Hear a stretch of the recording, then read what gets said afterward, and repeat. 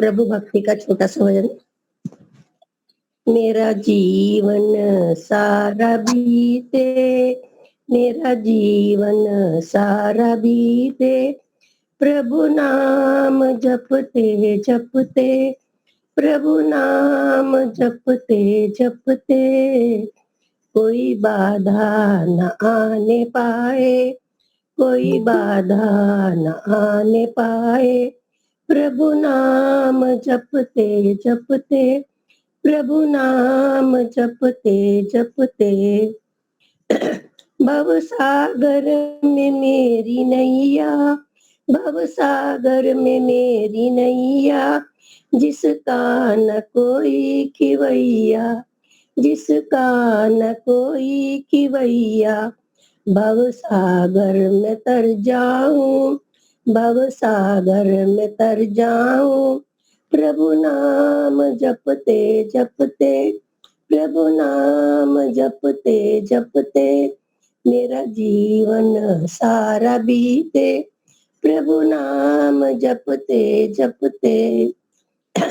मेरी मंजिल मुझे बुलाए, मेरी मंजिल मुझे बुलाए, मेरे पाँव डगमगाए, मेरे पाँव डगमगाए, उस मंजिल पे मैं पहुंचूं, उस मंजिल पे मैं पहुंचूं, प्रभु नाम जपते जपते, प्रभु नाम जपते जपते, मेरा जीवन सारा बीते, प्रभु नाम जपते जपते, प्रभु नाम जपते जपते।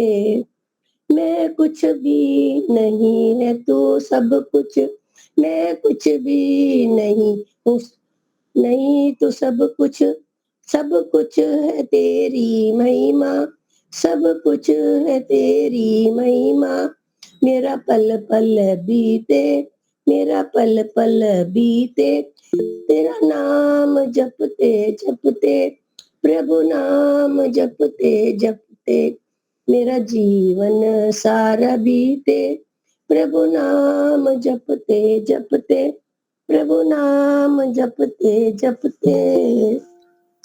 जिस हाल में तू रखे, जिस हाल में तू रखे, उस हाल में खुश हो करके मैं गुजारूं, जिस हाल में तू रखे, खुश हो कर के मैं गुजारूं, मेरी सांसें पूरी होवे, मेरी सांसें पूरी होवे, प्रभु नाम जपते जपते, ओम नाम जपते जपते, मेरा जीवन सारा बीते, प्रभु नाम जपते जपते, प्रभु नाम जपते जपते, कोई बाधा न आने पाए, कोई बाधा न आने पाए, प्रभु नाम जपते जपते, प्रभु नाम जपते जपते, प्रभु नाम जपते जपते। धन्यवाद जी, समय देने के लिए बहुत बहुत धन्यवाद।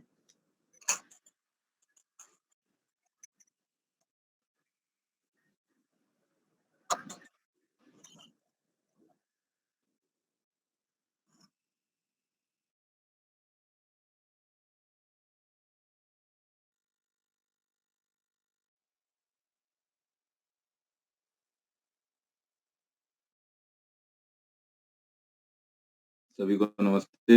मेरी आवाज आ रही है?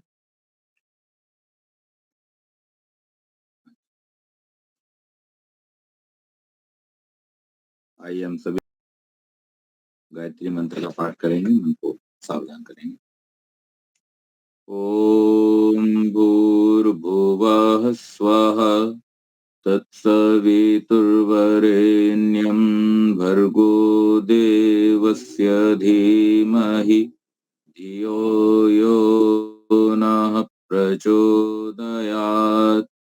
ओम शन्नो मित्रः शं वरुणः शन्नो भवत्वर्यमा शन्न इन्द्रो बृहस्पतिः शं नो विष्णुरुक्रमः नमो ब्रह्मणे नमस्ते वायो त्वमेव प्रत्यक्षं ब्रह्मासि त्वामेव प्रत्यक्षं ब्रह्म वदिष्यामि ऋतं वदिष्यामि सत्यं वदिष्यामि तन्मामवतु तदवक्तारमवतु अवतु मामवतु वक्तारम् अवतु मामवतु वक्तारम्। ओम शांति शांति शांति। सभी को सादर नमस्ते। सत्यार्थ प्रकाश के इस क्रम में 10वें समुल्लास की कथा बड़े ही सुंदर ढंग से हम लोग श्रवण कर रहे हैं। सत्यार्थ प्रकाश एक ऐसा अद्भुत ग्रंथ है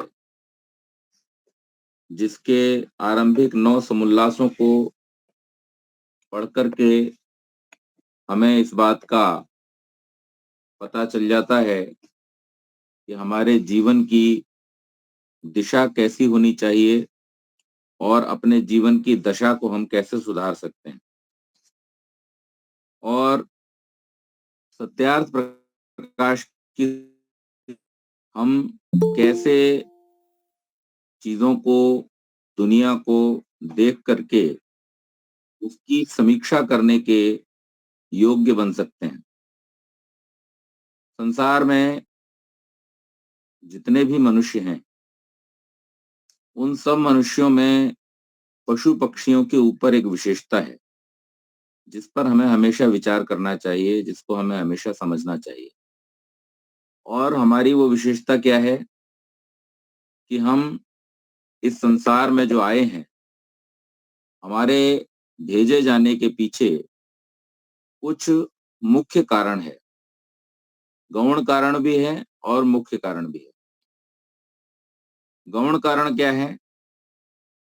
जैसे अन्य पशु पक्षी प्राणी सब अपने अपने भोग को भोगने के लिए संसार में आते हैं, हम भी वैसे ही आए हैं, ये गौण है। लेकिन मनुष्य शरीर में आए हैं, अन्य शरीरों में रह करके भी भोग सकते थे।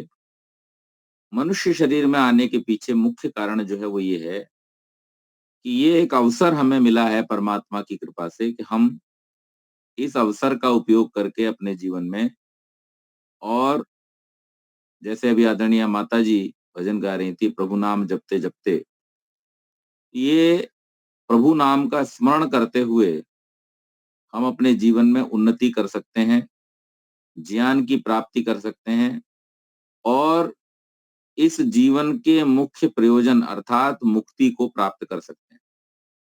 महर्षि पतंजलि ने योग का जो मार्ग प्रशस्त किया है उसमें उन्होंने स्पष्ट रूप से लिखा है, तज्जपस तदर्थ भावनम और तस्य वाचक प्रणव, कि ओम उस परमात्मा का नाम है और उसके जप और अर्थ के भावन से हमारी उन्नति होती है। तो इसलिए प्रत्येक मनुष्य को ये चाहिए कि वो अपने जीवन के जहां सामान्य प्रयोजन के ऊपर मेहनत करे, साथ ही साथ में जो मुख्य प्रयोजन है उसको भूले नहीं, उसको भी जीवन में ध्यान में रखे और उसके अनुसार अपने जीवन में आचरण करे। आज हम देखते हैं संसार में समस्या ये उत्पन्न हो गई है कि लोगों का गौण प्रयोजन के लिए तो पुरुषार्थ बहुत अधिक है। वो संसार में धन के लिए, संपत्ति के लिए, परिवार के लिए और बहुत सारे जो भौतिक पदार्थ हैं उनको प्राप्त करने के लिए तो बहुत अधिक प्रयास करते हैं, बहुत अधिक मेहनत करते हैं। परंतु मुख्य प्रयोजन जो परमात्मा की प्राप्ति और मुक्ति को प्राप्त करना है, उसके लिए प्रयोजन प्रायः नगण्य देखा जाता है। अगर है भी तो बहुत सामान्य, बहुत छोटा प्रयोजन होता है और वो भी सही दिशा में नहीं होता। तो ऐसी स्थिति में दिक्कत कहाँ आएगी कि हम अपने जीवन को व्यतीत तो कर लेंगे लेकिन जीवन लक्ष्य को कभी प्राप्त नहीं कर पाएंगे। तो महर्षि दयानंद ने सत्यार्थ प्रकाश के माध्यम से इन 10 समुल्लासों में हमको ये बताने का प्रयास किया है कि कौन कौन सी चीजें हमारे जीवन लक्ष्य की प्राप्ति में सहायक हैं और कौन कौन सी चीजें हमारे जीवन लक्ष्य की प्राप्ति में बाधा है। जो जो बाधाएं हैं उनको हम दूर करते जाएं, जो जो सहायक हैं उनसे हम लाभ लेते जाएं और अपने जीवन लक्ष्य की ओर आगे निरंतर पढ़ते जाएं, यही हमारी समझदारी है। जैसे हम यात्रा करने के लिए निकलें, तो जिस गंतव्य तक हमें जाना है, उस गंतव्य तक का टिकट हम लेते हैं। वहां जाने की हमारी जो योजना होती है, रास्ते के सभी स्टेशन हम एंजॉय करते हैं। ऐसा नहीं है कि हम केवल वहां ही पहुंचेंगे, वहीं पर जाकर के अपनी आंखों को। तो इसलिए वेद भी हमको उपदेश क्या देता है, विद्याम च यस्तद वेदो भयम सः, संभूतिम च विनाशम च यस्तद वेदो भयम सः। मतलब हमें संभूति को भी जानना है, विनाश को भी समझना है। हमें विद्या को भी जानना है, अविद्या को भी समझना है। जो व्यक्ति इसमें बैलेंस कर लेता है, इसको ठीक प्रकार से समझ लेता है, जान लेता है, वो व्यक्ति निश्चित रूप से अपने जीवन लक्ष्य को प्राप्त कर सकता है। तो ये जो अ, विषय इस समोल्लास का है, आचार अनाचार, भक्ष्य अभक्ष्य, इस विषय में सबसे बड़ी चीज जो स्वामी जी ने बतलाई वो यही है कि हम कौन से आचरण अपने जीवन में धारण करें, कौन से प्रकार के भोज्य पदार्थों को हम अपने जीवन में धारण करें, और किन पदार्थों से हम दूरी बना करके रखें, किन पदार्थ प्रकार के आचरणों से हम दूरी बना करके रखें, जिससे हमारे जीवन की उन्नति हो। अब यहाँ बहुत सारे श्लोकों के माध्यम से, मैंने पिछली बार चर्चा की थी, महर्षि बतलाते हैं कि मनुष्य का यही मुख्य आचार है कि जो इंद्रियां चित्त को हरण करने वाले विषयों में प्रवृत्त कराती हैं, उनको रोकने में प्रयत्न करे। जैसे घोड़ों को सारथी रोककर शुद्ध मार्ग में चलाता है, इस प्रकार इनको अपने वश में करके अधर्म मार्ग से हटा करके धर्म मार्ग में सदा चलाया करे। क्योंकि इंद्रियों को विषयासक्ति और अधर्म में चलाने से मनुष्य निश्चित दोष को प्राप्त होता है, और जब इनको जीतकर धर्म में चलाता है, तभी अभीष्ट सिद्धि को प्राप्त होता है। अब इंद्रियों के चलने और अधर्म का क्या संबंध है? ये गंभीर विषय है, इस पर हमें चर्चा और चिंतन करना चाहिए। इंद्रियों के साथ चलने में अधर्म क्यों है, और इंद्रियों को वश में करके चलने से धर्म क्यों है, ये बात हमें समझनी है। तो जैसे मैंने आरंभ किया बात को, कि जो व्यक्ति इंद्रियों के वशीभूत होगा, वो किधर देखेगा? संसार की ओर। क्योंकि इंद्रियों के विषय कितने हैं? सांसारिक विषय। इंद्रियां सदैव संसार के विषयों की ओर भागेंगी। आंख दृश्य की ओर भागेगी, कान शब्द की ओर भागेंगे, नाक सुगंध की ओर भागेगी, जिह्वा रस की ओर भागेगी, त्वचा स्पर्श की ओर भागेगी। ये सारी की सारी इंद्रियां जो हैं, वो अपने अपने जो विषय हैं, भौतिक विषय हैं, उन विषयों की तरफ ही भागेंगी। और इससे क्या होगा? इससे अधर्म क्यों हो जाएगा? इससे अधर्म इसलिए हो जाएगा कि जब हम भौतिक विषयों के अतिरेक पर पहुंच जाते हैं, तो निश्चित रूप से पहला अधर्म तो ये हो जाता है कि हमारा जो जीवन लक्ष्य है, उससे हम छूट जाते हैं। उस जीवन लक्ष्य की ओर हमारी गति नहीं रहती, दूसरी दिशा में गति हो जाती है, विपरीत दिशा में गति हो जाती है। पहला अधर्म तो ये होता है। और दूसरा अधर्म क्या होता है? दूसरा अधर्म ये होता है कि जब हम अत्यंत विषयासक्त होते हैं, तो उस अवस्था में हमें केवल अपना ही सुख दिखाई देता है। हम दूसरे के सुखों को देखने में समर्थ नहीं होते। विचारशीलता की जो हमारी शक्ति है, वो समाप्त हो जाती है, कम हो जाती है, और उसके कारण से हम अपने सुखों की ओर तो भागते हैं, लेकिन अपने सुखों की ओर भागते भागते हम दूसरों के दुख का कारण भी बन जाते हैं। तो ये कितना विचारणीय बात है, कितनी अच्छी बात स्वामी जी ने यहाँ पर कही है, और महर्षि मनु ने कही है कि जो व्यक्ति अत्यंत विषयासक्त होगा, जो व्यक्ति संसार की ही चीजों में लिप्त रहेगा, जो व्यक्ति इंद्रियों का दास बन जाएगा, वो अधर्मी हो जाएगा। और जो व्यक्ति इंद्रियों को वश में रखेगा, इंद्रिय जीत बन जाएगा, वो व्यक्ति निश्चित रूप से धर्म के पालन में सक्षम हो सके। तो इस बात को समझना चाहिए। आगे कहा, यह निश्चय है कि जैसे अग्नि में ईंधन और घी डालने से बढ़ता है, वैसे ही कामों के उपभोग से काम शांत कभी नहीं होता, किंतु बढ़ता ही जाता है। इसलिए मनुष्य को विषयासक्त कभी न होना चाहिए। जो अजितेंद्रिय पुरुष है, उसको विप्रदुष्ट कहते हैं। उसके करने से न वेद ज्ञान, न त्याग, न यज्ञ, न नियम और न धर्माचरण सिद्धि को प्राप्त होते हैं, किंतु ये सब जितेंद्रिय धार्मिक जन को सिद्धि देते हैं। ये देखिए कि ये बात कह रहे हैं कि जो अजितेंद्रिय मनुष्य है, उसके करने से ये धार्मिक कार्य, अच्छे कार्यों की भी सिद्धि नहीं हो पाती है, परंतु जो धार्मिक मनुष्य है, जो जितेंद्रिय मनुष्य है, उसके करने से ही इन सब कार्यों की, बड़े कार्यों की सिद्धि होती है। तो यदि आपको अपने जीवन में महत्वपूर्ण कार्य करने हैं, बड़े कार्य करने हैं, अपने जीवन की उन्नति वाले कार्य करने हैं, औरों के सुख को बढ़ाने वाले कार्य करने हैं, तो निश्चित बात है कि आपको जितेंद्रिय होना चाहिए, इंद्रियों को वश में रखना चाहिए, इंद्रियों के वशीभूत आपको नहीं होना चाहिए।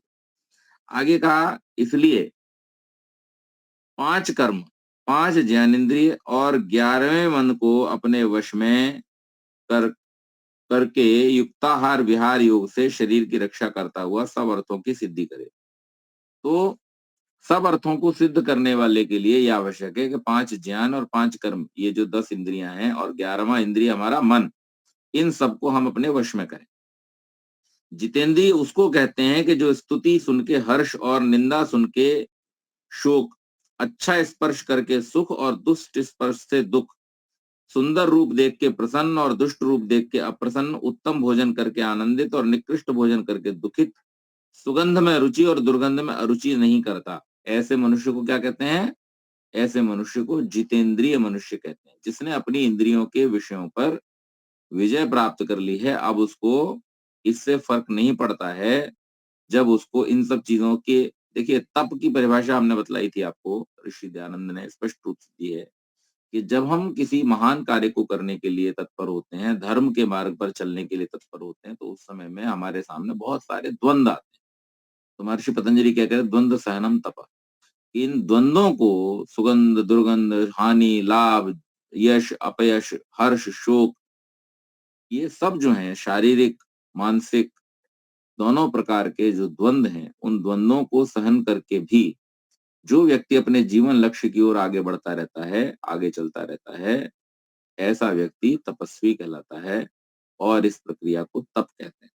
तो यहाँ पर भी महर्षि कह रहे हैं जितेंद्रिय वो मनुष्य है जिसको अपनी निंदा स्तुति से कोई फर्क नहीं पड़ता, जिसने अपने मन को वश में कर लिया, अर्थात निंदा स्तुति का जिसके ऊपर प्रभाव नहीं है, और इसी प्रकार से जिसने अपनी इंद्रियों को भी, बहुत सुंदर दृश्य है या सुंदर दृश्य है, सुगंध है, दुर्गंध है, इन सबसे भी जिसको फर्क नहीं पड़ता, ऐसा व्यक्ति जितेंद्रिय कहलाता है।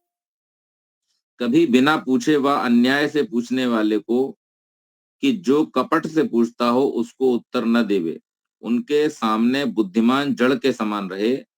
हाँ, जो निष्कपट और जिज्ञासु हो उनको बिना पूछे भी उपदेश करे। तो जो कपटी लोग होते हैं, कई बार अन्याय और अत्याचार करने वाले जो लोग होते हैं, जो अपनी जैसी कहलवाने के लिए लोगों को आप प्रयोग करते हैं, दुरुपयोग करते हैं, तो ऐसे लोगों के सामने क्या करे? ऐसे लोगों के सामने बोलने की आवश्यकता नहीं है। उनको समझा करके कोई लाभ होने वाला भी नहीं है। उनको कह करके, धर्मोपदेश दे करके भी कोई लाभ होने वाला नहीं है।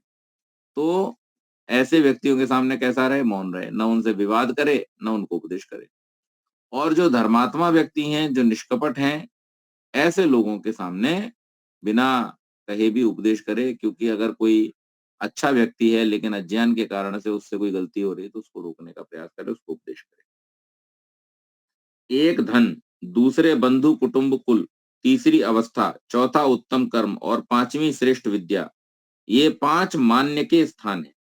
परंतु धन से उत्तम बंधु, बंधु से अधिक उत्तम अवस्था, अवस्था से श्रेष्ठ कर्म और कर्म से पवित्र विद्या वाले उत्तरोत्तर अधिक माननीय। अब आप लोगों ने विवाह आदि में देखा होगा, भाई हमारे मान्य हैं, हमारे ये हमारे मान्य पक्ष हैं। मान्य पक्ष क्या हो जाते हैं? जिनके यहाँ हम कन्या को ब्याहते हैं, वो सब हमारे मान्य पक्ष हो जाते हैं। तब बुआ के फूफा जी जो हैं वो मान्य हो जाते हैं, बहन के जीजा जी जो है वो मान्य हो जाते हैं, ऐसा हम लोग मानते हैं। लेकिन ऋषि दयानंद कितनी बड़ी बात कह रहे हैं, कितनी अच्छी बात कह रहे हैं। ऋषि दयानंद कह रहे हैं कि धन, दूसरे बंधु कुटुंब कुल, तीसरा उससे भी ज्यादा मान्य कौन है?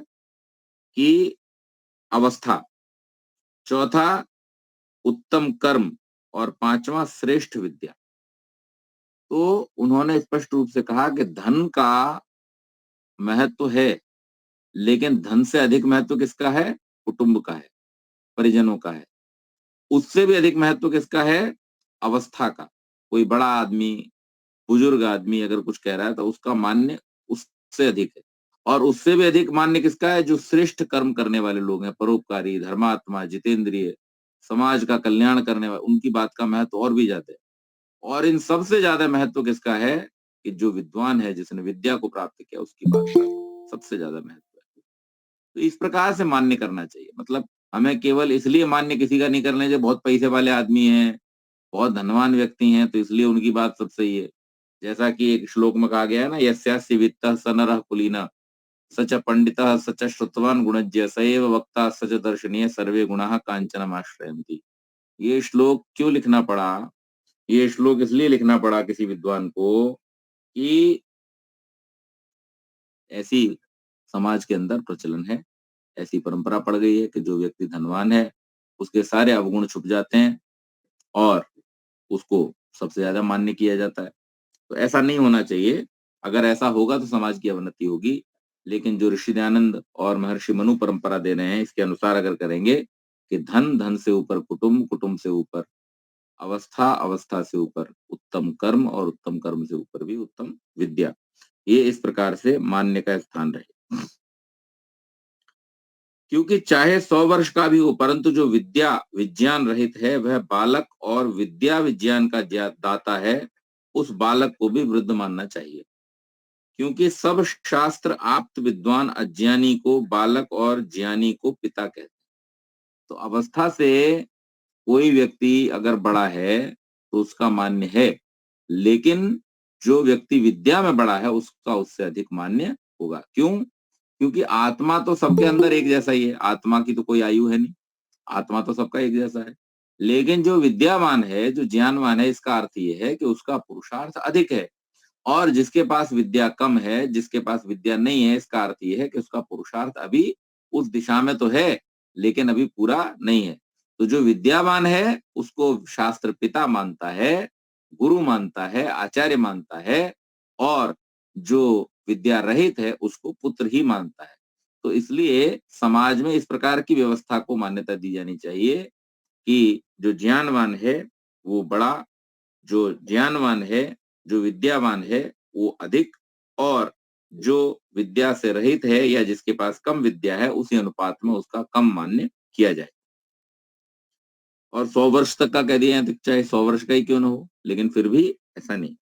अधिक वर्षों के बीतने, श्वेत बाल के होने, अधिक धन और बड़े कुटुंब से वृद्ध नहीं होता। ये भी स्पष्ट कर दिया कि अधिक वर्षों के बीत जाने से, यानी आयु आपकी बहुत बड़ी हो गई है, श्वेत बाल हो जाने से, किसी के बाल अगर श्वेत हो गए हैं, धैर्य अधिक हो गया है, किसी ने बहुत अधिक धन कमा लिया, या कुटुंब बड़ा हो गया, किसी का बहुत बड़ा परिवार है, ऐसे इससे कोई वृद्ध नहीं होता। किंतु ऋषि महात्माओं का यही निश्चय है कि जो हमारे बीच में विद्या विज्ञान में अधिक है, वही वृद्ध पुरुष कहलाता है। तो सबसे अधिक वृद्ध कौन है? जिसके पास में अधिक विद्या है।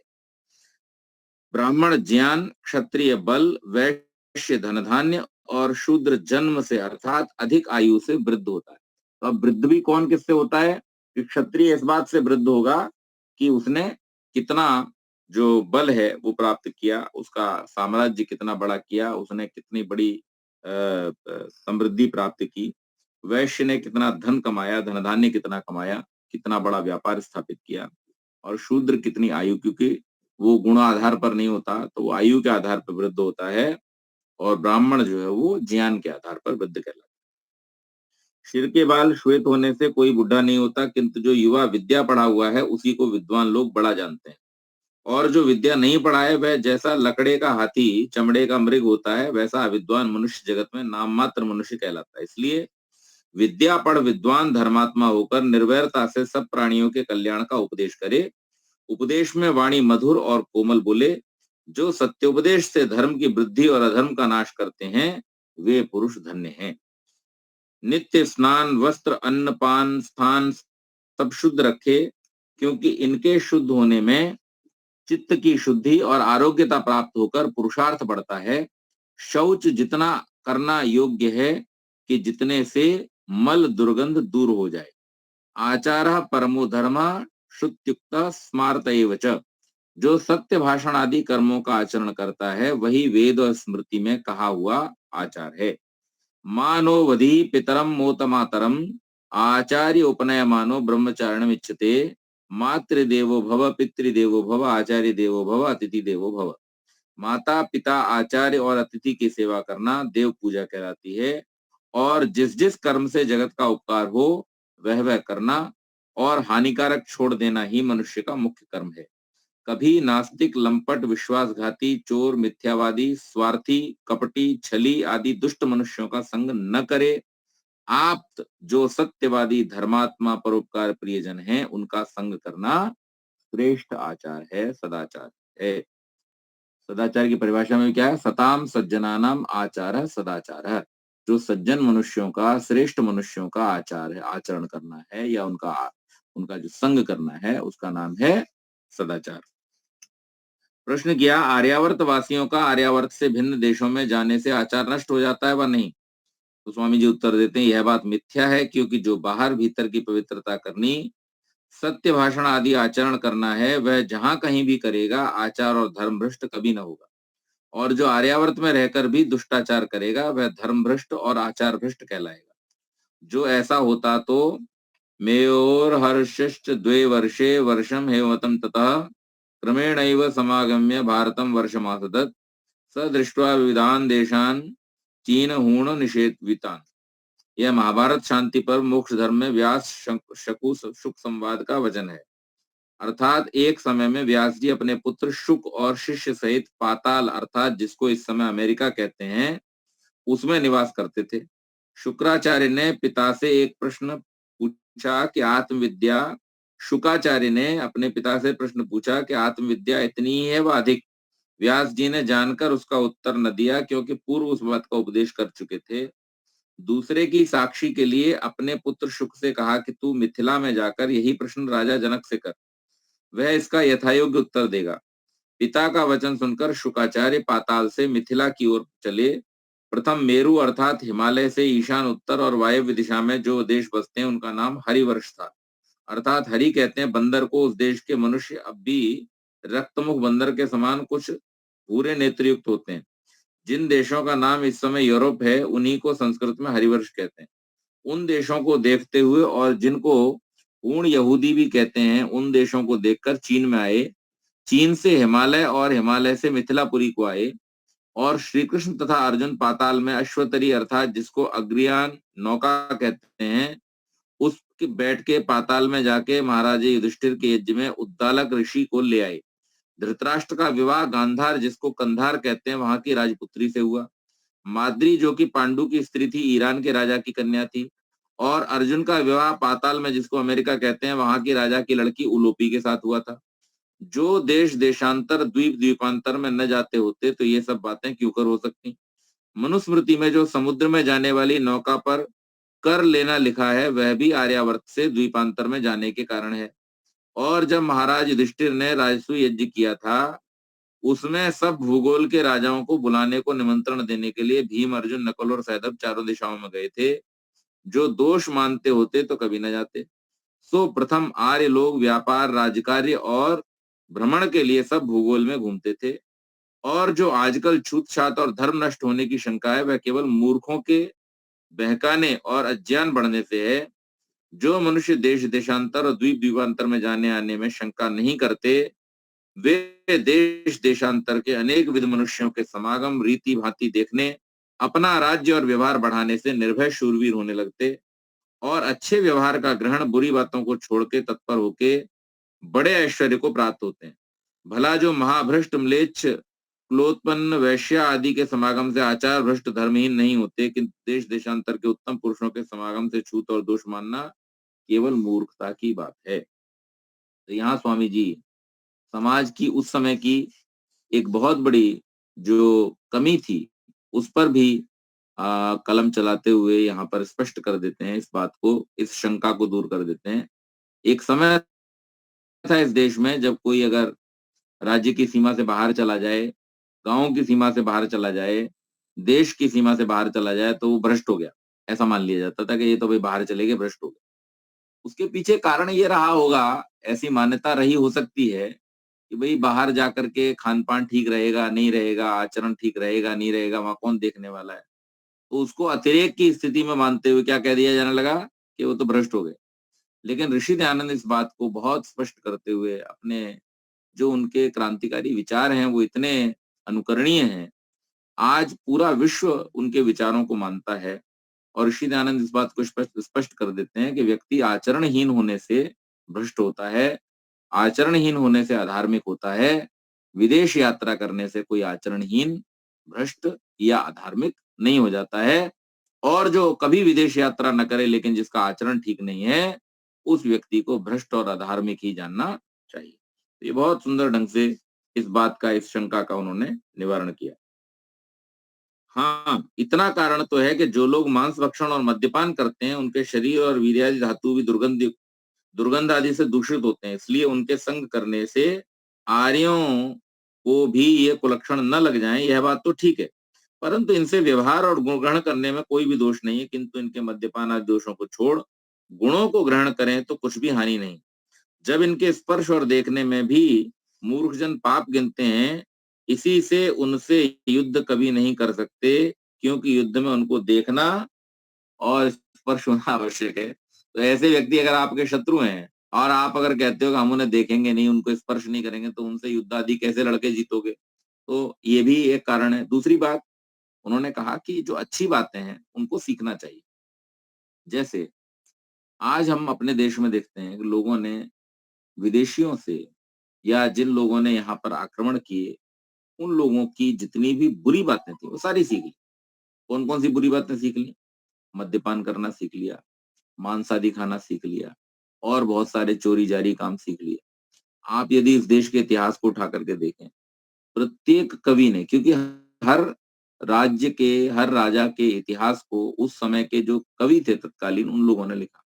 तो चाहे वो वाल्मीकि, आदि कवि वाल्मीकि हों, चाहे महर्षि वेदव्यास हों, चाहे बाणभट्ट हों, चाहे कालिदास हों, चाहे भवभूति हों, चाहे भारवी हों, ये जितने भी संस्कृत के बड़े बड़े कवि हुए हैं, और चाहे आधुनिक में हम भूषण की बात करें, ये चंद्रवरदाई की बात करें, इन सब के अगर आप समय को देखेंगे और इन सब ने जो इतिहास हमारे राजाओं का लिखा है, उस इतिहास में आपको ये बात देखने को मिलती है कि हमारे यहाँ चोरी चकारी ये सब चीजें नहीं हुआ करती। और स्पष्ट रूप से उन्होंने ये वर्णन किया है कि राज्य में सब लोग सुखी होते थे, कोई चोरी बेईमानी नहीं करता था, सब एक दूसरे से प्रेम करते थे, अच्छा व्यवहार था। ऐसी बातें उनके काव्यों में आपको देखने को मिल जाएगी। ये चोरी जारी, ये लूटपाट कब से शुरू हुई? जब बाहर के लोगों ने आकर के यहाँ पर लूटपाट की, उनके इस गुण को, दुर्गुण को हमने ग्रहण कर लिया। तो यहाँ के लोग भी अभी लूटपाट, चोरी चकारी में लग गए, बेईमानी में लग गए, झूठ बोलने में लग गए। इसी प्रकार से मद्यपान आदि जो चीजें थी वो हमारे यहाँ नहीं हुआ करती थी, लोगों ने वो भी सीख लिया। मांसाहार, वो भी सीख लिया। यहाँ तक कि कुछ लोगों ने तो इतनी दुष्टता कर दी कि अपने ग्रंथों में भी मिलावट करके इस बात को सिद्ध करने की कोशिश करते रहते हैं कि हमारे जो पूर्वज थे वो सब भी मांसाहारी। अभी थोड़े दिन पहले महाराष्ट्र में एक प्रकरण हुआ था, आप सबने न्यूज चैनल पे देखा होगा कि एक यहाँ के लोकल नेता हैं, उन्होंने इस तरीके की बात कही कि रामचंद्र जी तो मांसाहारी खाते थे, इस तरीके से बहुत बड़ा विवाद हुआ उसको लेकर के। तो ये सारे दुर्गुण तो हमने ग्रहण कर लिए, लेकिन हम ये नहीं देखते कि जो हम जब कभी विदेशों में जाते हैं उनकी तारीफ में कसीदे तो पढ़ते हैं। हम ये तो कहते हैं वहां पर इतनी साफ सफाई है, वहां पर इतनी व्यवस्था है, कोई नियमों को तोड़ता नहीं है, नियमों का सब लोग पालन करते हैं। लेकिन उन गुणों को हम अपने जीवन में धारण नहीं कर पाए। हम अभी भी उन नियमों का यदाकदा सब जगह उल्लंघन करते रहते हैं, परंतु दुर्गुणों को हम धारण कर लेते हैं। तो महर्षि यहाँ पर उल्टी बात कह रहे हैं। महर्षि कह रहे हैं कि हम दूसरों से ग्रहण करें, लेकिन किसको ग्रहण करें? गुणों को ग्रहण करें और दुर्गुणों को ग्रहण न करें। दुर्गुणों के ग्रहण करने में दोष है, गुणों के ग्रहण करने में किसी प्रकार का दोष नहीं। सज्जन लोगों को राग द्वेष अन्याय मिथ्या भाषण आदि छोड़ निर्वैर प्रीति परोपकार सज्जनता का धारण करना उत्तम आचार है। और यह भी समझ लें कि धर्म हमारे आत्मा और कर्तव्य के साथ है। जब हम अच्छे काम करते हैं तो हमको देश देशांतर और द्वीप द्वीपांतर जाने में कुछ भी दोष नहीं लग सकता। दोष तो पाप के काम करने में लगते हैं। हाँ, इतना अवश्य चाहिए कि वेदोक्त धर्म का निश्चय और पाखंड मत का खंडन करना अवश्य सीख लें, जिससे कोई हमको झूठा निश्चय न करा सके। तो सिद्धार्थ प्रकाश के 9 समोल्लासों को पढ़ने के बाद में व्यक्ति इस बात को बहुत अच्छी तरह समझ जाएगा, सीख जाएगा, जान जाएगा कि उसको क्या करना है और क्या नहीं करना है। अर्थात जैसे महर्षि कह रहे हैं कि हम इस प्रकार की विद्या को जरूर प्राप्त कर लें कि जब हम विदेश में हों तो कोई हमको कन्वर्ट न कर ले। कन्वर्ट से मतलब कि हमारे गुणों को वो दोषों में न बदल दे।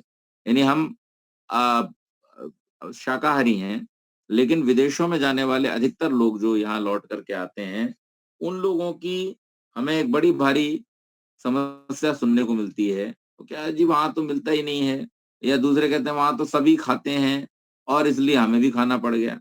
लेकिन मैं ऐसे अनेक लोगों को जानता हूं कि जो वर्षों से विदेशों में हैं, लेकिन उन्होंने आज तक कभी भी किसी भी प्रकार से ऐसे दोषयुक्त भोजन आदि को नहीं अपनाया, दोषयुक्त आचरण को नहीं अपनाया। तो हर व्यक्ति जिसको अपने ऊपर नियंत्रण है, जिसने निश्चय किया है कि मैं कोई गलत कार्य नहीं करूंगा, वो व्यक्ति गलत कार्य नहीं करेगा। और जो व्यक्ति गलत, इसके लिए आवश्यक क्या है कि हम अपने सिद्धांत को समझ लें। कोई कुछ भी क्यों ना कहे। अब आजकल बहुत सारे जो डॉक्टर्स भी हैं, वो भी इस बात का प्रचार करते हैं और पुस्तकों में भी लिखा जा रहा है, बच्चों को पढ़ाया जा रहा है कि अंडे में ये होता है, इसको खाने से ये लाभ होता है, मांस खाने से ये लाभ होता है, हमारे शरीर में ये बन जाए। बहुत सारी बातें तरह-तरह की पढ़ाई जा रही हैं, सिखाई जा रही हैं, डॉक्टरों के द्वारा बताई जा रही हैं। परंतु जिस व्यक्ति का संस्कार दृढ़ है और जिस व्यक्ति का जो कॉन्सेप्ट है, वो एक बार अगर क्लियर हुआ है शाकाहार और मांसाहार के विषय में, तो उस व्यक्ति को कुछ भी कह करके कोई भटका नहीं सकता। तो महर्षि कहते हैं कि जो देश-विदेश की यात्रा करना चाहते हैं, करें। वो जाएँ, अन्य-अन्य देशों में जाएँ अपने व्यापार के लिए, कार्यों की सिद्धि के लिए, ज्ञान-विज्ञान की प्राप्ति के लिए, कुछ नहीं तो दुनिया घूमने के लिए जाएँ। संसार में इतना सौंदर्य बिखरा पड़ा है, परमात्मा ने इतनी सुंदर सृष्टि बनाई है, उसको देखने के लिए जाएँ। परंतु सिद्धांत का ज्ञान हो ताकि उनको कोई भटका न सके और उनसे कोई गलत कार्य न कर सके। अच्छा काम करने में हमको पुण्य मिलता है, बुरा काम करने से दोष लगता है, इसलिए अच्छे कार्यों को करते रहें, अच्छे आचरण को करते रहें। आत्मा और कर्म या कर्तव्य जो है उसके साथ में धर्म का संबंध है। आत्मा के साथ में धर्म का संबंध है, कर्तव्य के साथ में धर्म का संबंध है। देश के साथ में धर्म का संबंध नहीं है। आज धार्मिक आधार पर जो देशों का विभाजन है, तो वो जो बात है उसके आधार पर लोग कहते हैं कि देश और धर्म का संबंध है। लेकिन वास्तव में वेद की दृष्टि में, परमात्मा की दृष्टि में तो पूरा संसार एक ही है। और जब पूरा संसार एक ही है, पूरी मनुष्यता एक ही है, प्राणी मात्र के लिए उपदेश है, प्राणी मात्र की रक्षा के लिए मनुष्य को उपदेश है, तो ऐसी अवस्था में वहां पर किसी भी प्रकार का भेदभाव है ही नहीं। तो इसलिए ये देश देशांतरों वाली जो कल्पना है वो वेद की मान्यता के आधार पर नहीं हो सकती, क्योंकि वेद की दृष्टि में वो देश देशांतरों वाली बात है ही नहीं। तो इसलिए हम कर्म यानी अपने जो कार्य हैं उनको, अपने मंतव्यों को, अपनी मान्यताओं को, अपने व्यवहार को ठीक करें और इस प्रकार से धार्मिक बने, न कि केवल मात्र हम जो देश है या हम इस जगह के रहने वाले हैं, हम कहीं बाहर नहीं जाते हैं, उतने मात्र से ही हम धार्मिक न बनने का प्रयास करें। आगे कहा कि दोष तो पाप के काम करने में लगते हैं। इतना अवश्य चाहिए कि वेदोक्त धर्म का निश्चय और पाखंड मत का खंडन करना अवश्य सीख लें, जिससे हमको कोई झूठा निश्चय न करा सके। क्या देश देशांतर और द्वीप द्वीपांतर में राज्य व व्यापार किए बिना स्वदेश की उन्नति कभी हो सकती है? जब स्वदेश ही में स्वदेशी लोग व्यवहार करते और प्रदेशी स्वदेश में व्यवहार व राज्य करें, तो सिवाय दारिद्र्य और दुख के दूसरा कुछ भी नहीं हो सकता। पाखंडी लोग यह समझते हैं कि जो हम इनको विद्या पढ़ावेंगे, देश देशांतर में जाने की आज्ञा देंगे, तो ये बुद्धिमान होकर हमारे पाखंड जाल में न फंसने से हमारी प्रतिष्ठा और जीविका का नाश करेंगे। इसीलिए भोजन छादन में बखेड़ा डालते हैं कि वे दूसरे देश में न जा सकें। हाँ, इतना अवश्य चाहिए कि मद्य मांस का ग्रहण न करें। देखिए यहाँ पर इस बात का खंडन करते हुए एक और चीज की स्पष्टता कर देते हैं कि लोग क्यों ऐसा कहते हैं। तो उसमें एक कारण जो मैंने बतलाया, जो आहार के बिगड़ जाने की बात है, लेकिन वास्तव में इसमें एक और कारण ये भी है कि कुछ लोगों को ये लगता है कि अगर हमारे चेले चपाटे सब पढ़ लिख करके चले गए, तो फिर हमारी सेवा कौन करेगा, हमारी बात कौन मानेगा। तो इसलिए भी वो जानबूझ करके ऐसे बखेड़े में डाल करके रखते हैं। क्या सब बुद्धिमानों ने यह निश्चय नहीं किया है कि जो राजपुरुषों में युद्ध समय में भी चौका लगाकर रसोई बनाने, खाना अवश्य पराजय का हेतु है, किंतु क्षत्रिय लोगों का युद्ध में एक हाथ से रोटी खाते जल पीते जाना और दूसरे हाथ से शत्रु अपने विजय करना ही आचार और पराजित होना नाचार है। इसी मूढ़ता से ये लोग चौका लगाते लगाते, विरोध करते कराते सब स्वातंत्र्य, आनंद, धन, राज्य, विद्या और पुरुषार्थ पर चौका लगाकर बैठे हैं। इच्छा करते हैं कि कुछ पदार्थ में है, परंतु वैसा न होने पर जानो सब देश भर में चौका लगा के सर्वथा नाश कर दिया है। हाँ, जहाँ भोजन करें उस स्थान को धोने, लेपन करने, झाड़ू लगाने, कूड़ा करकट दूर करने में प्रयत्न अवश्य करना चाहिए, न कि मुसलमान व ईसाइयों के समान भ्रष्ट पाकशाला करना। तो ये बात भी कहा कि भाई जैसे परिस्थिति है, परिस्थिति अनुसार हमें अपने कर्तव्य को, अपने धर्म को पालन करना चाहिए। यानी जो युद्ध करने वाले व्यक्ति हैं, जो युद्ध के मैदान में हैं, उसका धर्म क्या है? पहले युद्ध पर विजय प्राप्त करना है। और उसके लिए जब भूख लगे तो उस समय खाने के लिए ये प्रयोजन, ये आयोजन नहीं होना चाहिए कि नहीं हम तो साहब रसोई में बैठ करके सब और साफ-सफाई करा करके बैठ करके तभी खाएँगे। ऐसा ना हो करके, बल्कि तत्कालीन जो परिस्थिति है, व्यापार में जो करने जाते हैं, व्यापार करने के लिए 15 दिन के लिए कोई बाहर निकला है, तो रोज 15 दिन में आकर के घर पे थोड़ी खा के जाएगा। वो जहाँ है वहीं पर खाएगा। तो अपने व्यापार की सिद्धि के लिए तो उसकी विजय और पराजय, उसका धर्म और अधर्म जो है वो इसी से निश्चित होता है कि जो युद्ध में युद्ध को महत्व देते हुए और अपने जीवन को चलाता है, उस आधार पर कार्य करता है, तो वो अपने धर्म का पालन करना है। व्यापार के लिए जो गया है, वो व्यापार में जिस प्रकार से उस सुविधा बनती है, मिलती है, वहाँ उसके आधार पर कार्य करता है। लेकिन हाँ, ये बात ज़रूर है कि खान-पान ना बिगाड़ दे। खान-पान के लिए आडंबर ना करे, ये ठीक है, लेकिन खान-पान ही बिगाड़ लिया, तो फिर आप कितनी ही साफ-सुथरी रसोई में बैठ के भी खा रहे हो, तो भी बात बिगड़ जाएगी। तो इसलिए ऐसा होना चाहिए। और दूसरा ये बात कही है कि हम जो विचार करते हैं इस प्रकार से, वो इसलिए है कि भई साफ-सफाई भोजन का एक अंग है। भोजन का स्थान साफ-सुथरा होना चाहिए, पाकशाला साफ-सुथरी होनी चाहिए। लेकिन ऐसा ना हो कि पाकशाला तो साफ-सुथरी लेकिन बना के उसमें मांस खा रहे हैं। तो मांस बना के खा रहे हो तो फिर उसका मतलब क्या रहा? वो तो साफ-सुथरी पाकशाला का भी कोई मतलब नहीं रह गया। तो इसलिए कहा यहाँ पे मुसलमान ईसाइयों के समान भ्रष्ट पाकशाला ना करना। फिर प्रश्न किया सखरी-निखरी क्या है? तो स्वामी जी उत्तर देते हैं सखरी जो जल आदि में अन्न पकाए जाते हैं और जो घी दूध में पकाते हैं वो निखरी। अर्थात यह भी इन धूर्तों का पाखंड है क्योंकि जिसमें घी दूध अधिक हो उसको खाने में उदर में चिकना पदार्थ अधिक जावे इसलिए यह प्रपंच रचा है। नहीं तो जो अग्नि व काल से पका हुआ पक्का और न पका हुआ कच्चा है, जो पक्के का खाना और कच्चा न खाना है यह भी सर्वत्र ठीक नहीं क्योंकि चने आदि कच्चे भी खाए जाते हैं। प्रश्न द्विज अपने हाथ से रसोई बना के खावें व शूद्र के हाथ की रसोई बनाई खावें। उत्तर दिया शूद्र के हाथ की बनाई खावें क्योंकि ब्राह्मण क्षत्रिय वैश्य वर्णस्थ स्त्री पुरुष विद्या पढ़ाने राज्य पालने और पशुपालन खेती और व्यापार के काम में तत्पर रहें और शूद्र के पात्र में तथा उसके घर का पका हुआ अन्न आपातकाल के बिना न खावें। सुनो प्रमाण आर्याधिष्ठिता व शूद्रा संस्कार संस्कर्तारः स्युः। आर्यों के घर में शूद्र अर्थात मूर्ख स्त्री पुरुष पाकादि सेवा करें परंतु वे शरीर वस्त्र आदि से पवित्र रहें। आर्यों के घर में जब रसोई बनावें तब मुख बांध के बनावें क्योंकि उनके मुख से उच्छिष्ट और निकला हुआ श्वास आदि भी अन्न में न पड़े। आठवें दिन क्षौर और नखछेदन करावें। स्नान करके पाक बनाया करें। आर्यों को खिला के आप खाओ। तो यहाँ पर ये प्रश्न का भी ये इस प्रकार की जो शंका है उसका भी समाधान महर्षि करते हैं कि लोग यो कहते हैं कि भाई नहीं ऐसा भोजन बनाने वाला होना चाहिए। तो ऋषि दयानंद कहते हैं कि व्यक्ति साफ सुथरा होना चाहिए, उत्तम वस्त्र पहनने वाला होना चाहिए, अपने नख आदि का छेदन कराए होना चाहिए, क्षौर कर्म करा के ताकि बाल आदि खाने में न गिरे ऐसा होना चाहिए, न कि किसी जाति विशेष का या वर्ण विशेष का होना चाहिए। क्योंकि अगर ब्राह्मण क्षत्रिय और वैश्य अपना काम छोड़ करके रसोई आदि बनाने में लग जाएंगे, ब्राह्मण की रसोई ब्राह्मण, क्षत्रिय की रसोई क्षत्रिय, वैश्य की रसोई वैश्य बनाए, तो फिर काम उनके जो है वो कौन करेगा। इसलिए शूद्र वर्णस्थ जो हैं, जो इस प्रकार के कार्यों में सेवा आदि कार्यों को करने में तत्पर हैं या जिनमें सेवा आदि कार्य करने की योग्यता है, ऐसे शूद्रों के द्वारा ही उनको साफ सुथरा करा करके ये कार्य कराने चाहिए। तो यहाँ आज के इस पूरे प्रकरण में इस आगे के प्रकरण को हम इससे आगे चलाएंगे, अगले अंक में चलाएंगे।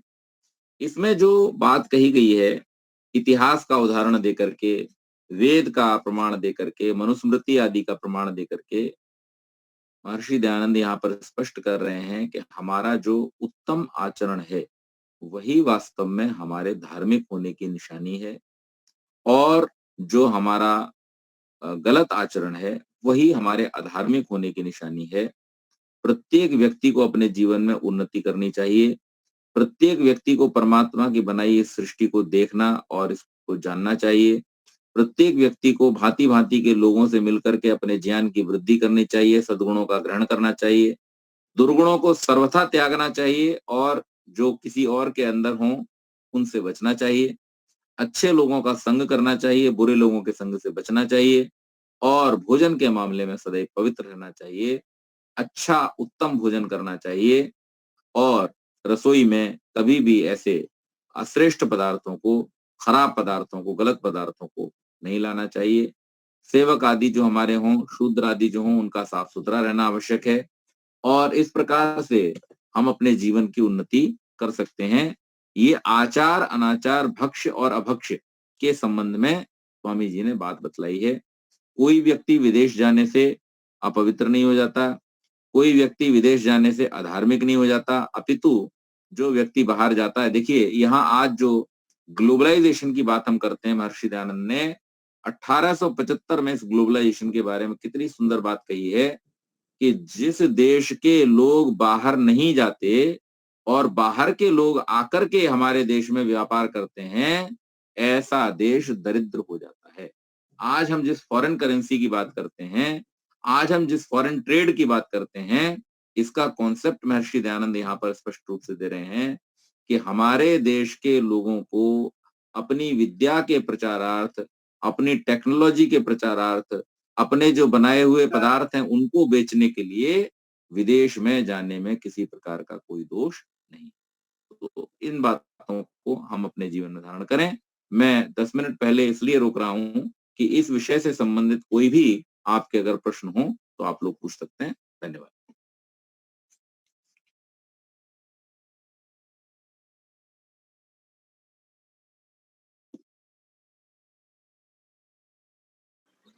नमस्ते पंडित जी। नमस्ते जी। इसमें सकरी और निकरी ये शब्द पहली बार सुनता हूँ, ये क्या है?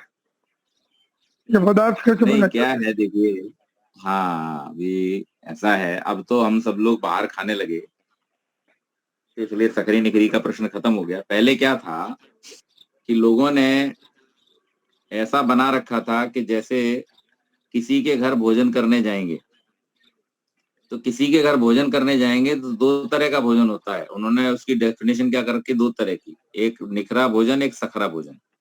तो सखरा भोजन कौन सा है? सखरा भोजन वो है जो पानी के संयोग से बनता है, जैसे रोटी, चावल, ये सब क्या है? सखरा है। इसमें चावल को आप पानी में उबालते हैं, रोटी को आप हाथ से पानी से, आटे में पानी मिला करके और सेकते हैं अग्नि पर, तो ये क्या है? सखरा है। तो ये नहीं खाएंगे। क्या खाएंगे? निखरा खाएंगे। तो निखरा कौन सा है? जो या तो घी में बने, या तेल में बने, या दूध में बने। तो घी में क्या बनेंगी? पूरियां बनेंगी, कचौड़ियां बनेंगी, वो घी में बनेंगी। इसी प्रकार से दूध में क्या बनेगा? खीर आदि बनेगी।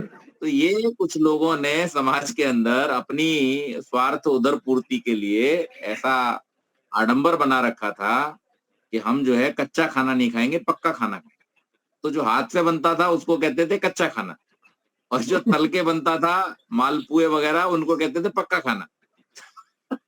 माल खाना। एक आडंबर है जो फैला रखा था समाज में। अब तो सब लोग बाहर खाने लगे, तो अब तो वो बात ही, कॉन्सेप्ट ही खत्म हो गया।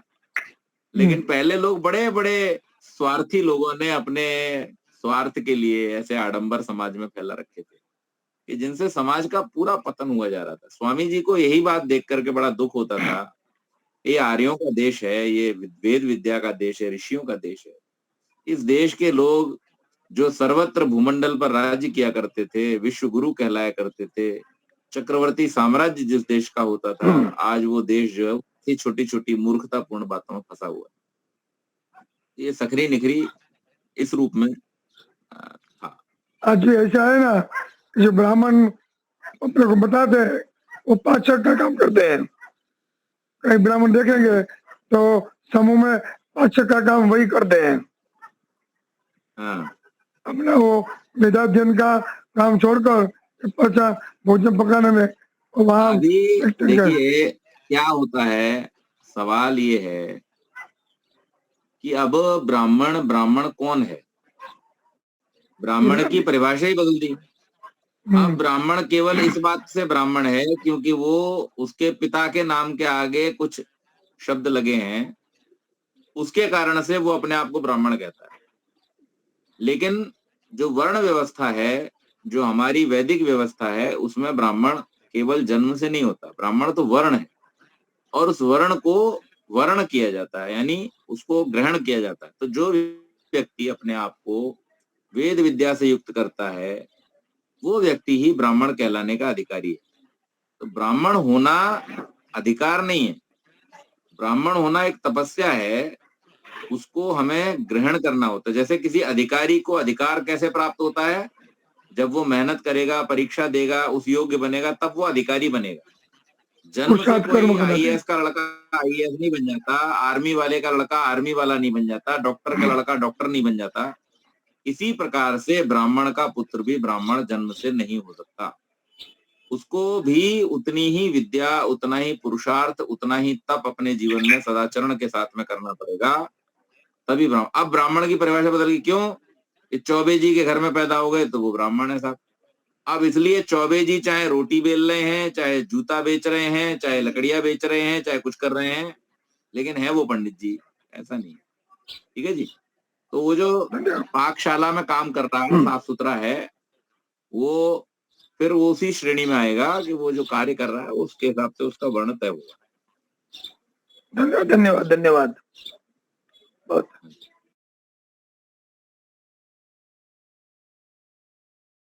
जी हाँ जी, नमस्ते जी। नमस्ते बस जी। हमारा जरा लाकरोड़ा में जो प्रोग्राम समारोह है 3 दिन का, तो उनके लिए 15, 16, 17 है, तो आप सभी को प्रत्यक्ष आना है। जो नहीं आ सकते तो उनके लिए ऑनलाइन और आर्य संदेश आदि टीवी पर भी आएगा। तो लेकिन यहाँ प्रत्यक्ष आना वो बड़ा लाभकारी है। बड़े बड़े विद्वान धर्म विषय चर्चा विचारणा सारी होगी और जानने को भी मिलेगा। बसो कुंडी यज्ञ भी है, मातृ पितृ वंदन आदि भी वहाँ रखा है, तो आप सभी को आना है। और ऑनलाइन में इसलिए छुट्टी रखी है कि आप सब आ सके। बहुत सारे वडवान से आ चुके हैं, धांगध्रा से भी आ चुके हैं, हमारे मथुरा से भी निकल चुके हैं, वो सुबह में आ जाएंगे और भी आ रहा है। यहाँ मैं आपको ये रिसोर्ट दिखा रहा हूँ। जो बड़े दाता होते हैं उनके लिए एसी आदि की पास में पूरी सुविधा रखिए, तो विद्वानों के लिए भी रखिए, तो पूरी सुविधा आसपास के गांवों में भी रखिए। तो आप सभी को आना है और इसलिए हम कक्षा 3 दिन के लिए बंद रखते हैं। हम पुनः गुरुवार को मिलेंगे, रवि सोम मंगल बुध 17 तक छुट्टी रखिए। तो जरूर आप आइए, आपका स्वागत है। लाकरोड़ा दर्शन योग धाम, गांधीनगर जिला, मानसा तालुको, गुजरात। धन्यवाद। शांति पाठ करते हैं। ओम जौ शांतिरंतरिक्षं शांति पृथ्वी शांतिरापः शांतिरौषधयः शांति वनस्पत शांतिर्विश्वे देवा शांतिर्ब्रह्म शांति सर्वगम शांति शांतिरेव शांति शामा शांतिरेधि। ओम शांति शांति शांति। सबको सर्वेभ्यो नमः। सर्वेभ्यो नमः। पुनः मिलेंगे हम लाकरोड़ा में और गुरुवार को ऑनलाइन कक्षा में हम मिलेंगे अगले सप्ताह। आप सभी का हार्दिक स्वागत है। धन्यवाद। आपका धन्यवाद आपका। ये आश्रम का नहीं, आश्रम के बाहर का है। ये थोड़ी व्यवस्था करने के लिए हम यहाँ आए हैं कि क्या कैसी व्यवस्था है। तो ये स्विमिंग आदि बहुत अच्छा है। प्रकृति और ये मानव सर्जित दोनों सौंदर्य को मैं आप दिखा रहा हूँ।